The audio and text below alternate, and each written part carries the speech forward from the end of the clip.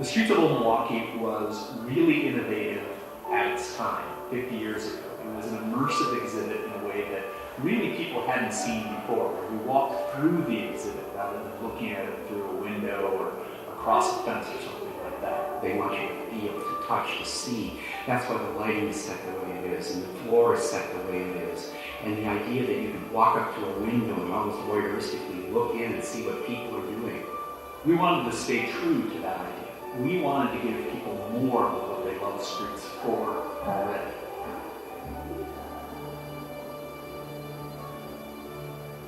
Don't you change my streets of old Milwaukee. That ownership came through, and we understood that. I mean, many of the people here in the museum that work here, we grew up here, so we understand the idea that this is our place. These are our things. So when people would call us and say, don't change my exhibit, we get it. There was a fairly significant challenge in figuring out what was the balance between preserving the old and introducing new ideas into the streets. In my notes, when I was first doing ideas, I had this line in there. It says, some sort of immersive entrance, kind of like Narnia. The streets of old Milwaukee is another world for people. A world that did exist at one time, unlike a fictional world of Narnia. But it really is this experience of going to another time, another world. Al Muchhead, who was our curator on this project, was talking to me about modes of transportation at that time. And I mentioned streetcars. I was like, that's it. That's the way that people get to the streets of old Milwaukee. It's a streetcar to old Milwaukee. The first time I walked through with the animation and the bumps under the streetcar and that whole view really was a magical moment. And I think that visitors are going to have that same sort of experience, that it's going to kind of blow them away and set them up for that immersive experience we want them to have in the far end. Some of the new things that are coming about for these really rest in a refreshed interpretation. Instead of just letting people come in and observe, we're going to be adding an actual interpretation based on several themes. And these themes then are reflected in the object choices. And that's really what makes everything connect. And that's what really helps me as a historian bring things to life. We didn't want to put signs everywhere. We didn't want to use kiosks in the windows. So what we came up with was a very innovative app. The app knows where you are in the streets. It's using beacons to be able to tell where you're at, and so it responds to you depending on where you are in the streets. As the themes change every 6 months, you'll see changes throughout the streets. The app guides will change, the headlines and the newsstand will change, some of the sounds and the soundscape will change. So you can come back to the streets of Milwaukee again and again, get a new experience.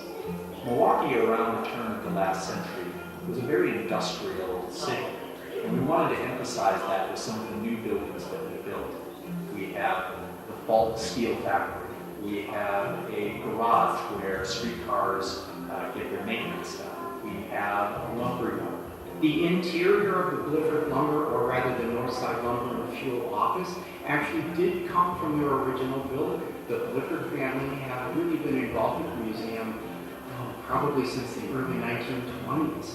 The folks at Blifford were so happy that to be able to contribute that material, and that really does, again, feed to the meaning of the streets of old Milwaukee, that it is our exhibit, it's our gallery.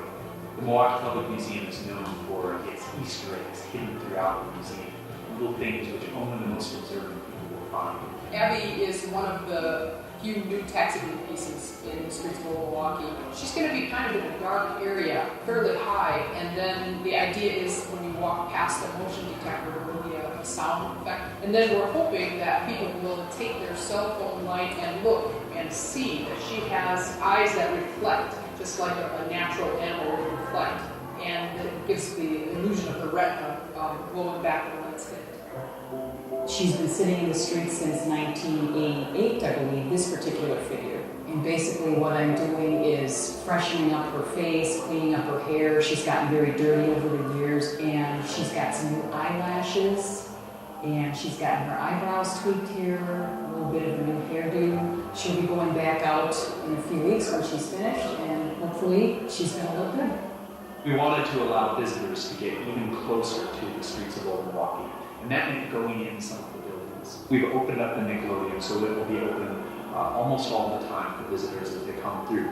We've opened up the general store as well. We've created a glass box that is almost invisible to the visitors. So you can walk inside the store and see all of the fabulous artifacts that are contained within. In the new area of the streets, there will also be a Sendix fruit cart. Sendix wasn't a giant store at that time. It was one guy pushing around a fruit cart and selling to men and women of that era. When you are looking at these things, we're able to make sure that the objects really come forward and keep making the streets of Old Milwaukee and the collections yours. Although we really want to be historically accurate and we really want to make sure that people understand the history of the times and the issues that were going on, really, if you think about the streets of Old Milwaukee, it is the romance of 1900. We had a very compressed timeline to complete the streets of Old Milwaukee within its 50th anniversary year, and that couldn't have been done if we didn't have the passionate, talented team that we do. Everybody just poured their energy and their creativity and their experience into this project, and it's been a real joy working with each and every one. I'm really very happy to be able to be part of that, and part of a long chain of local history lovers and historians and designers and artists, people that worked on this. They were all from here, and I'm happy to be part of that because I'm from Milwaukee too.